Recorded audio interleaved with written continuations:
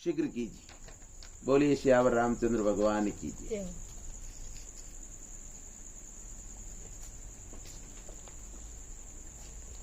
तब मुनि सुमंत जी ने कहा कि वे सुनते ही हर्षित होकर चले। उन्हें तुरंत ही जाकर अनेकों रथ घोड़े और हाथी सजाए और जहां था सूचना देने वाले दूतों को भेजकर मांगलिक वस्तुएं मंगवाकर हर्ष के साथ आकर वशिष्ठ जी चरणों में सिर नमाया।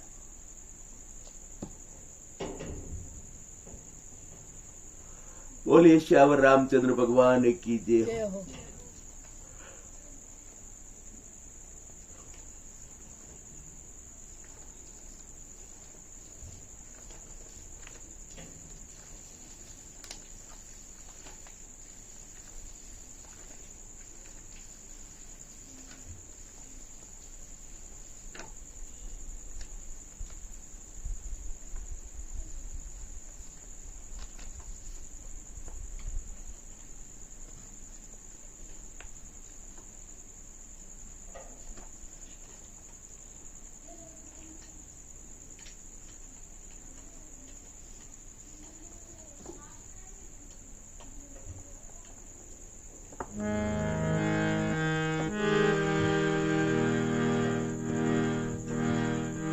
अवधपुरी अति रुचिर बनाई,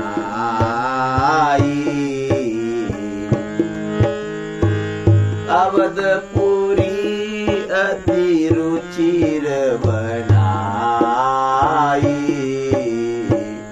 देवन सुमन वृष्टि जरि लाई।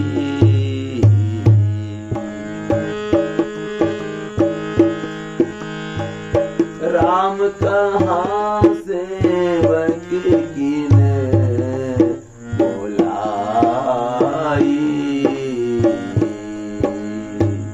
प्रथम सगन अनवाहु जाई।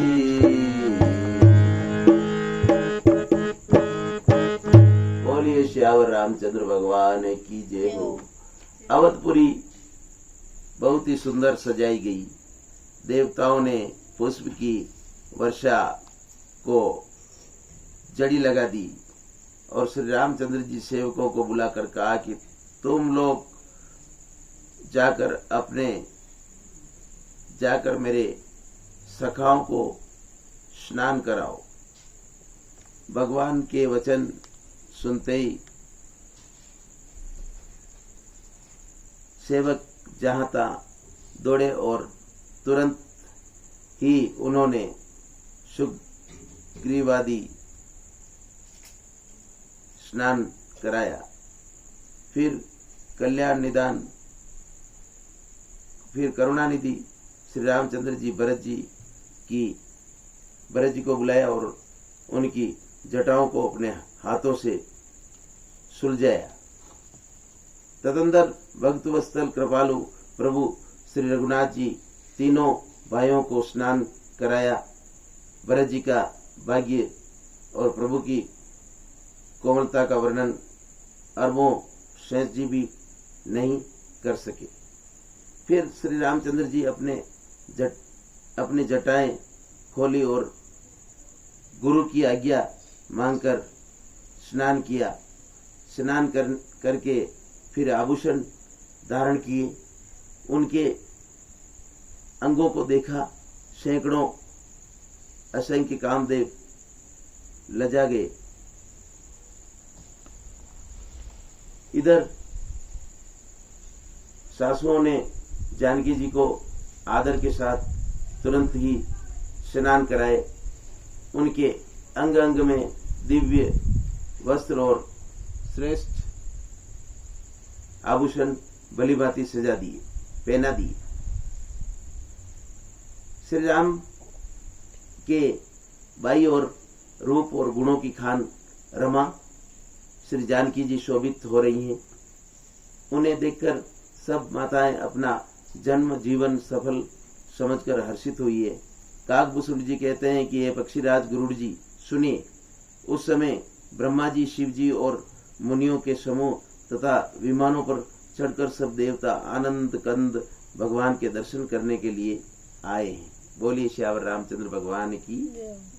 प्रभु को देखकर मुनि वशिष्ठ जी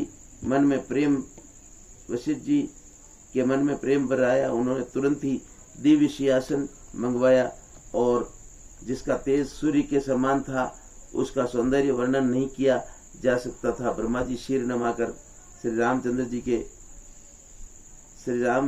जी उस पर विराज गए। ब्रह्मा जी को सिर नमाकर श्री रामचंद्र जी उस पर विराज गए। जानकी जी के सहित रघुनाथ जी को देखकर मुनियों का समुदाय अत्यंत ही हर्षित हुआ। तब ब्रह्मा ने वेद मंत्रों का उच्चारण किया। आकाश में देवता और मुनि जय जय जय जय हो ऐसी पुकार करने लगे।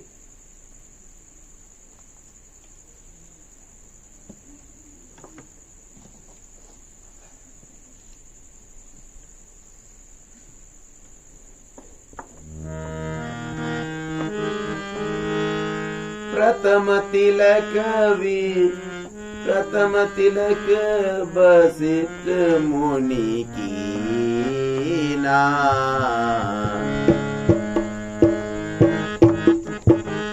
प्रथम तिलक विशिष्ट मुनि की ना। मुनि सब विप्र आयुष दीना।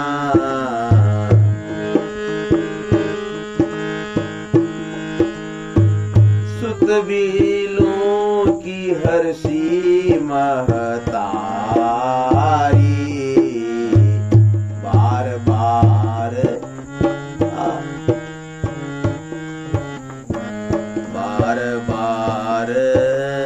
आरती उतारी।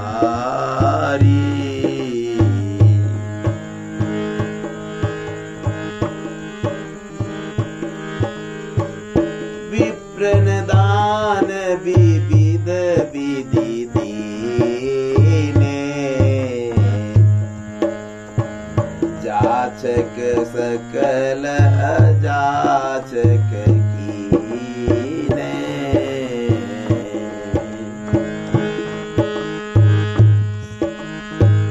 सिंहासन पर त्रिभुवन साई।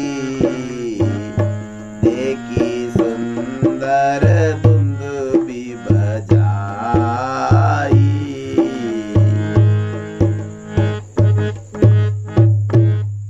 बोलो श्यावर रामचंद्र भगवान की जय।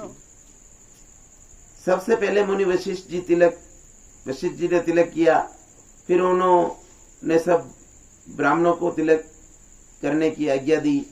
पुत्र को राज सिंहासन देखकर माताएं हर्षित हुई और उन्होंने बार बार आरती उतारी।